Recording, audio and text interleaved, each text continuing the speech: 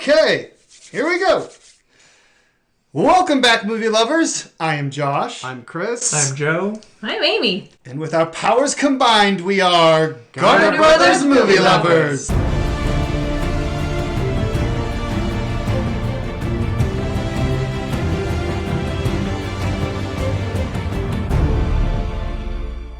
Welcome back, everybody, and welcome back to Joe, who has joined us for several movies. We're glad to have you back. Thanks. And welcome to our new guest host, Amy, our favorite brother. Garner brother.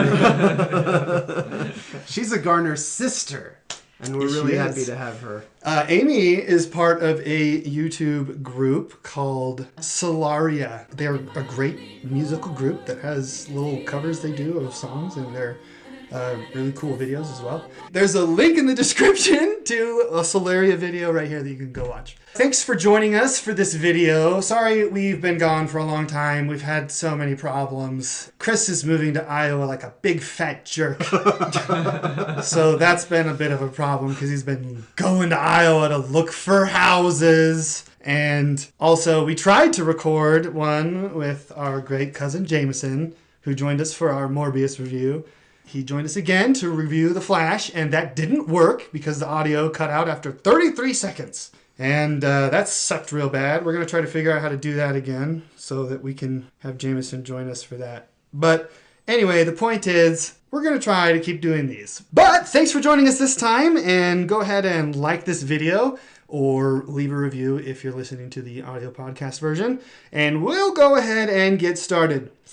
Today, we are reviewing Indiana Jones and the Dial of Destiny, which is the 5th installment of the Indiana Jones franchise. Picks up after the Crystal Skull and is when he's really, really old. I'm retiring. He is done with his adventures, but his adventures still come find him. The film is directed by James Mangold. Of course, it stars Harrison Ford, but it also introduces Phoebe Waller-Bridge to the Indiana Jones franchise. Some of the characters from the previous films in the franchise are back. Some of them aren't. Also, Antonio Banderas is in like 2 scenes. Oh, and Mads Mikkelsen is the bad guy. Such an excellent bad guy. He did a good.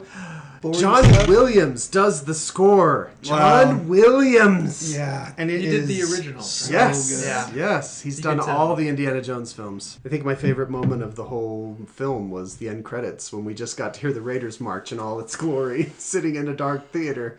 That was my favorite moment of the film. It was just great. It's awesome. Yeah. Yeah, he kept in the classic themes quite a bit, but then he also came up with new stuff that was great, I noticed. Yeah, Phoebe Waller-Bridge's character Helena has her own theme in this movie. On the soundtrack, it's the 2nd track, and it's gorgeous. It's really, really nice. What did you like about the movie, or what did you not like? I liked everything about the movie. It was very nostalgic. I kept saying, "This feels like an Indiana Jones movie." It does This feel like yeah. an Indiana when Jones they travel movie. by map, I was like, "Oh, this is an Indiana Jones movie." And There's a lot of stuff like the that. action sequences, I don't know, it just felt very true, and I just loved that. There's a lot of smirking and then punching someone in the face. There's Nazis. There's There the are perfect Nazis. recipe. There are Yeah. Nazis. There's holy relics. There's yeah. bumbling sidekicks. There's a complicated relationship with somebody that he loves. There's just enough grit and dumb luck to get through all of the difficult stuff that they're faced with. It's a lot of Indiana Jones, and it's a lot of fun. Yeah. Tons of exotic locations and cool caves. The one cave reminded me of the Indiana Jones ride. Oh, yeah. Oh, There was yeah. cool statues, Especially when the big animatronic snake goes. Yeah, that part really brought me back to the ride. There was stuff that reminded me of Indiana Jones, but wasn't too much like the old movies to make it just feel like rehashing. When they're going through the temple, they have similar ancient ruins, but it's just different stuff. So it feels like Indiana Jones, but it doesn't feel like cheap tricks to make you feel like the same thing. I feel like Crystal Skull sometimes did that, where they would just be like, look, here's the head of a statue of Marcus Brody. And you're like, okay, I guess that's from one of the old movies. I really liked the cast. I'm a big fan of Phoebe Waller-Bridge. And I thought the little boy did a really good job. Teddy. Yeah. It was, for somebody his age, some of the stuff that he did was impressive, I think. Yeah, kind of reminiscent of the little boy in Temple of Doom, who was like one of the better parts of Temple of Doom. It wasn't a perfect movie, but it was a lot of fun. There wasn't a lull for me. There was a lot of action and stuff was really constantly good. happening. It was really paced well, I think. It did feel a little long to me, in parts. Okay, Chris doesn't think it was paced well. Well, I think parts of it were, but it did feel a little long sometimes. But here's the thing, so I don't think that this movie is on par with Raiders of the Lost Ark or The Last Crusade. The Last Crusade, right? It's not. It's not on par with those films. But you talked about nostalgia. It's just, at one moment I was sitting in the theater and I just couldn't believe I was watching a new Indiana Jones movie in 2023, and it was just just enjoy being at the theater, watching a movie in the cinema, and it's Indiana Jones, and what's not to like about that? So well, it's when good. we went to go see it's really Crystal fun. Skull, I was hoping for that experience, and it wasn't that. It wasn't. We went to go see Crystal Skull, and it was like, this is good, right? This is an Indiana Jones movie. This is fun. I'm liking this. Are you liking this? I'm liking this. And then everyone went home and we're like, I don't like it. I think I like Crystal Skull better than you do, but I think it's better than Temple of Doom. How dare he? That's not hard to do, though. That's horse. well, I think most of the world would I think vehemently disagree with I that. think so too. I think that's kind of a abhorrent thing to say to the rest of the world. And Really? Yeah. They love Temple of Doom? Well, I think most people think of the original Indiana Jones trilogy as just every one of them is just sacred. And so, Crystal Skull just kind of messed it all up. There's moments where somebody definitely should have died. on a Yeah. train in the Okay, face. yes. Yeah. That was the thing where I was like, what? And they never explained that. It was He like, shows up multiple- later and he doesn't even should have a be dead. scar. He has a scar on his head. I'll Oh, give does it it? that. I Yes, didn't that's notice good. his scar. It's so Yours small and that barely there. Well, he shouldn't just have a scar. He should be dead. missing a head. He should look like Sloth from the Goonies. You kind of have to forgive those things. This franchise It's Indiana has Jones. God melt people's faces off, and it has people pull people's hearts out. He jumped out of an airplane on a raft in Temple of Doom, and it has an old guy who's been living inside of a cave, drinking holy water from the Grail for thousands of years, doing nothing.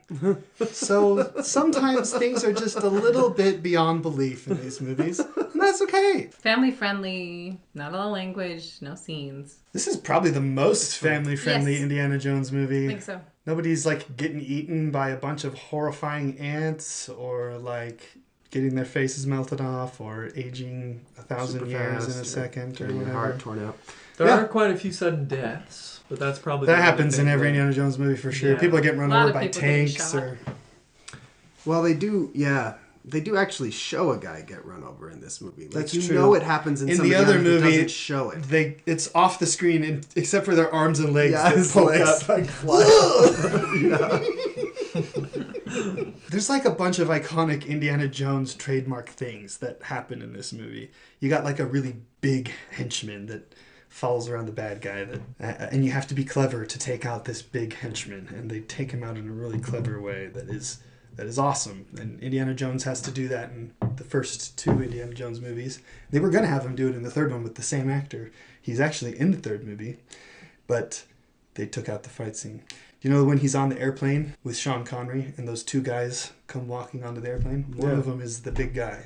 Really? He's supposed to have a fight scene with him It's on the that plane. same actor? Same as actor. The same Really? actor is also the big guy he fights in Temple of Doom. The guy he's definitely black-faced in that movie. But anyway, Wow, I did not know that. Yeah. That's a fun bit of trivia.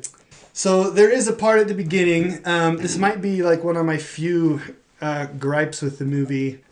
The de-aging is really good sometimes, and Really there bad is sometimes. a little bit of uncanny valley sometimes. Mostly Yeah. when he's talking, it's kind of bad. He just sounds 80 years old and looks 30. And that was weird.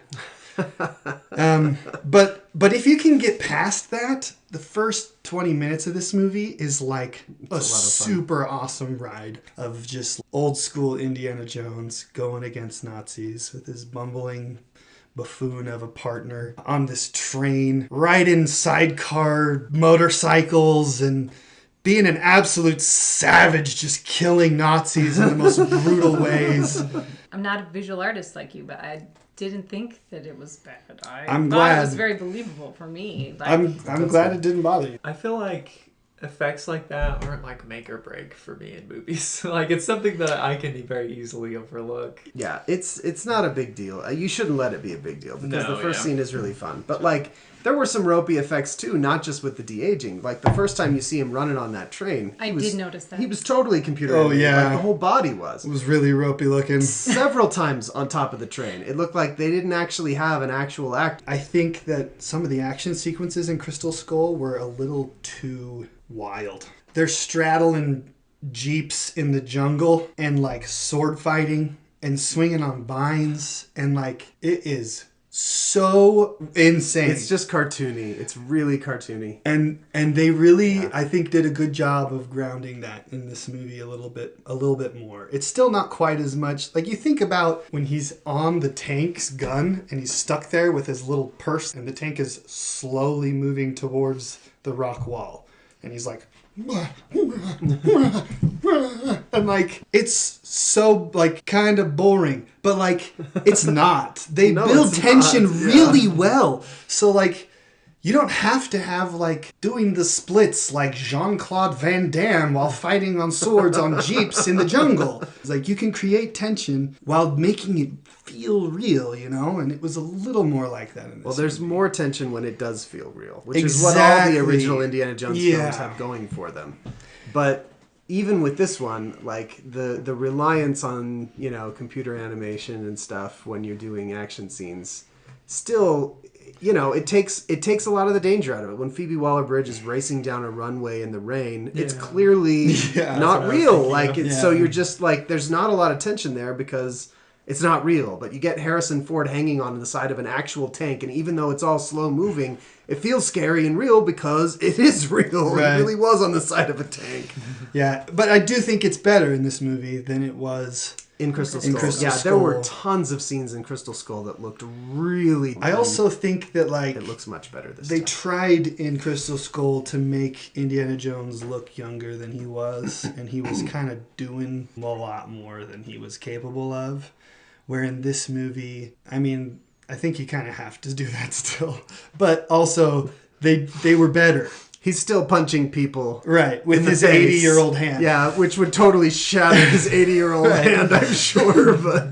But they were better in this movie about Yeah. about making him be an old man. And like I saw, I agree with that. I saw a thing about Harrison Ford where they tried to like have a stuntman just have a stuntman climb off the horse for him, and he was like, "I'm an old man getting off a horse, and I want it to look like an old man getting off a horse." And we're like, okay. And so, like, and it kind of feels like he's an old man doing stuff sometimes. And Harrison Ford actually did take kind of a beating for this movie. Like, he did do a lot of things. He's taken a beating in all of these movies. Yeah. He got really hurt in the second one. Didn't he, like, break vertebrae in Temple of Oh Doom? my gosh, I don't know. I just know after shooting this one, he said something like, "I'm not putting my body through that again for you guys." Yeah. So, like, it does take a physical toll. And even little scenes, like, there's a moment when they take him out of a car and they throw him on the ground. And it's clearly Harrison Ford being thrown on the ground. Like, he lands on the ground kind of hard. And I'm like, Yeah. 80-year-old Harrison Ford. Like, Gonna break his hip. when people that age hit the ground like that, it's like a big deal. What he does do in this movie, I mean, it is age appropriate, and it is impressive to me that Harrison Ford did all that's like as much as he did. Obviously, they used stuntmen, but like sometimes they didn't, and I'm just impressed. Yeah, you could tell he loves Indiana Jones. You can feel that coming through on the screen. And this movie was a good finale to the franchise. Until they do another one when he's 90. He's wheeling himself around. He's got his That's oxygen the new car chase is in a wheelchair. Just to speak through a computer on his wheelchair. I have two other things real quick. First of all, I think James Mangold did a good job directing this film. As the first film of Indiana Jones not directed by Spielberg, I thought Mangold did really well. And I think Mangold is a good director, and I think he can step in and do whatever is needed, because he's done tons of different kinds of movies. Background. He's one of these directors that you can go to for anything. Historical movies. He does a good job. So yeah, I thought he nailed the vibe, the feel of Indiana Jones. I thought he did a really good job. One of my biggest problems about this film, I think Phoebe Waller-Bridge's character is a little bit inconsistent. Sometimes I felt like she was this cutthroat, I only care about money kind of person, and other times I felt like she had more of a heart, and I didn't always understand why she was switching from one to the other. I was a little bit up and down on her character. So we'll talk a little bit more about that in the spoiler section, because that is kind of a spoilery thing. So let's rate it. It's time for good, fine, bad. Good! Fine. Good. Bad. Fine. That's bad. That's bad. Everything's perfectly all right now. We're fine. We're all fine here now. Thank you. How are you? Great, fantastic fireworks! Woo! Cue the cheering children! Joe? I'm going to say it was good. Very good. Chris? I think it was good.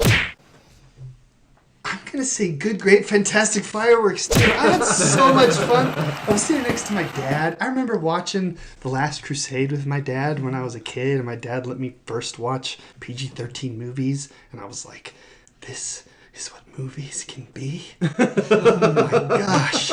And like, I got to watch this movie with my dad. I got to watch a good Indiana Jones movie with my dad in theaters. That's so awesome. And I had so much fun with this movie.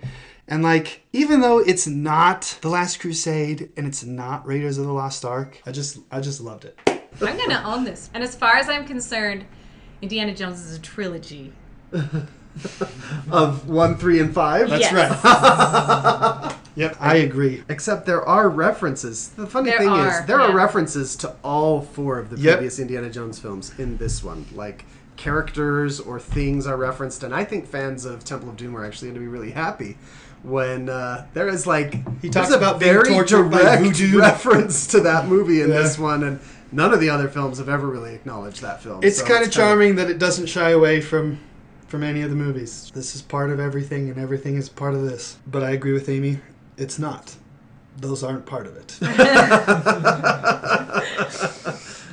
All right, let's do the spoiler section. So, thanks for watching the video. If you don't want to get spoiled, then stop watching and all the stuff. And like the video and all the stuff. And now we're going to spoil the movie. Spoiler warning, sirens. And there are some things I wouldn't have wanted to know going into this movie. So if you don't want to know, then stop watching. But you have to come back and finish. When Teddy handcuffs the big henchman to the gate, it was like such a It was a clever way to take out the big guy. Yeah. And it was ironic that it was the smallest person taking out the biggest guy. Yeah. He saves the day so many times throughout this movie. Yeah, he does. It would be stuck in Roman times if it weren't for this little boy. I want to talk a little bit about Phoebe Waller-Bridge. Her motivations change a little bit as she's being affected by Indiana Jones. And he is trying to, like, constantly throughout the movie help her to not be a crooked thief. And there's moments in the movie where he helps her to see that she isn't what she's always trying to put on all the time. After she mentions that she's been basically raising this child for the last few years, he says, I thought you just did this for the money. Yeah. And she goes, well, I do. And then he goes, no one memorizes 7 books of her father's journal for the money. Right. And he's just like helping her realize, like, you're not just a crook. No, I agree with that. And I think her character was not supposed to be that. Like, she was supposed to be putting on airs.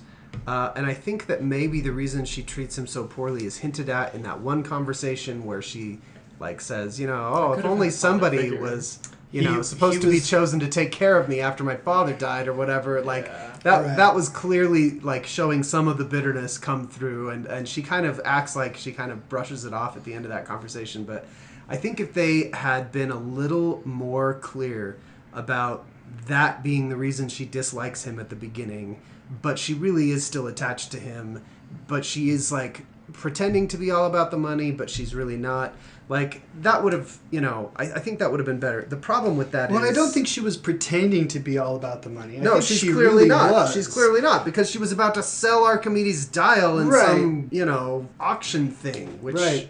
I think that a big moment of, like, change of heart for her is when she talks with him on the boat. Yeah. And that's she a good realizes scene. that he's like, he really loves and cares for his son and his family, but feels like a failure. And like, she realizes he's flawed, but he does care. She kind of has a moment of maybe forgiveness in that moment. I don't know. But like, I think you're right. They could have probably done more there, but also... Because that is like the one scene where it's like, she needs to pivot right off, based off that one scene, because it is one of the few heart-to-hearts that I feel like they have. I don't mind like nuanced characters that don't always make like the reasonable decisions.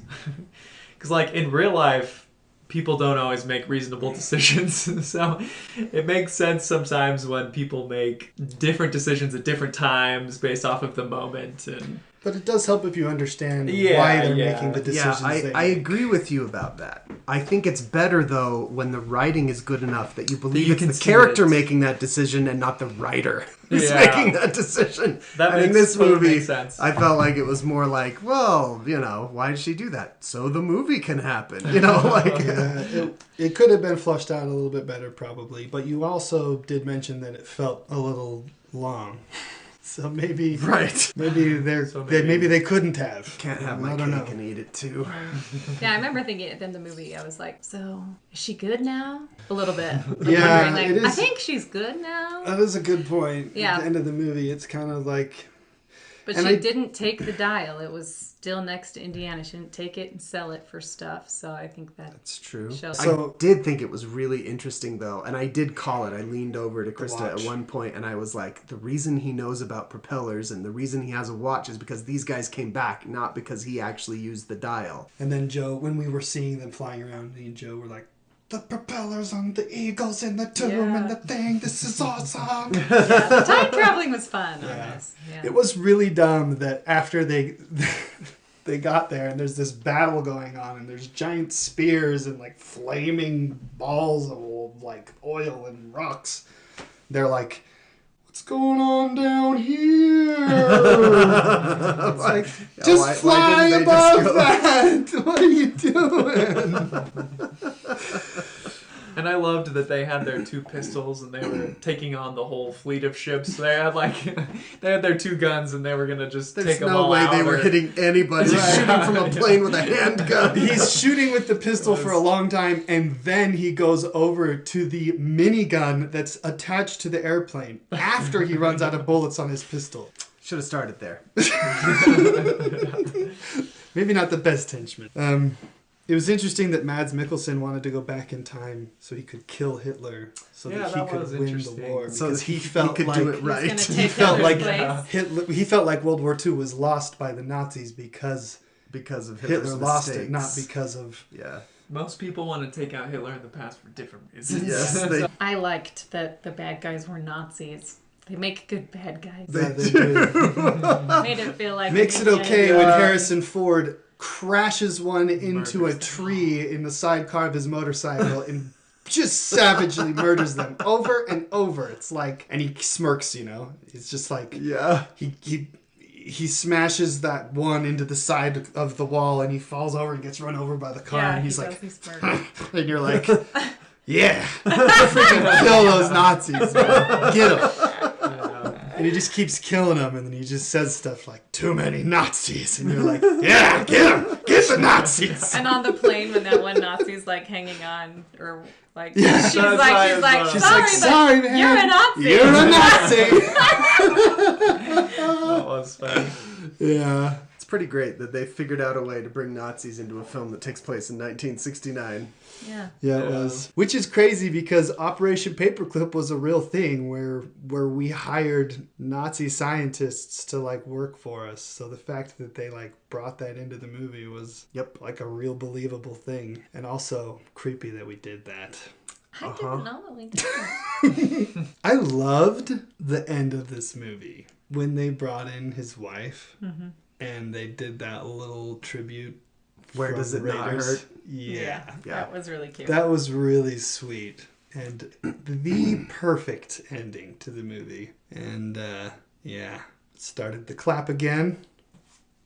You're very quick to jump on it. Yeah. And it's the loudest clap every time. It is. I didn't know if it was you or Dad over there clapping. I started it, but Dad was cheering. He was whooping. Yeah, baby! Yeah. It was really fun to sit next to Dad. It was lots of fun. Every time there was like a little like smirk about like Nazis. The part where he's like, "You better get comfortable. It's going to be a bumpy ride." And he's like, "You're "Don't German. be funny. Don't try to be funny." You're German. Dad was like, I loved sitting next to Dad through that whole thing. He was really loving it, and I was loving it, and it was lots of fun. There were a lot of great moments in the film. One of my favorite moments was when he says to her, "Why would you want to chase the thing down that drove your father mad?" And she says something back to him like, Wouldn't you? He did. He did! Exactly! As soon as she said that to him, I was like, is that movie. That's The Last Crusade! Like, and you can see it in his face. Like, it's such smart filmmaking because fans of Indiana Jones will immediately go to that. And you don't have to spoon feed it to them. And so, like, when he looks at her back, like, the apprising look that he gives her back is, "Dang, you got me." Yes, I did chase my father's obsession down. One thing that I thought was really clever about that, though, the fact that the dial only takes you to Archimedes, I thought was interesting. Yeah. You can't really choose where you're going to go. It takes you to Archimedes and that's it. And I liked that because it shows that Archimedes didn't invent time travel. What he did was figure out that there was going to be some kind of temporal rift in his day, and then built a device that was going to help people find it and come back to him someday in the future. Anyway, so the point is, we like this movie and you should go see it in theaters. We all agree. It's not the best Indiana Jones movie, but it is a great finale to the franchise. And you owe it to yourself, if you like Indiana Jones, to go see this movie in theaters. Even if you've seen the poor ratings that came out months ago for this movie. Don't let those scare you away from the theater. Yeah, just go and have fun. It's really great. Because it is fun. It is. All right. Thanks for watching, everybody. Like the video. We'll see you later. See you next time. Finger guns.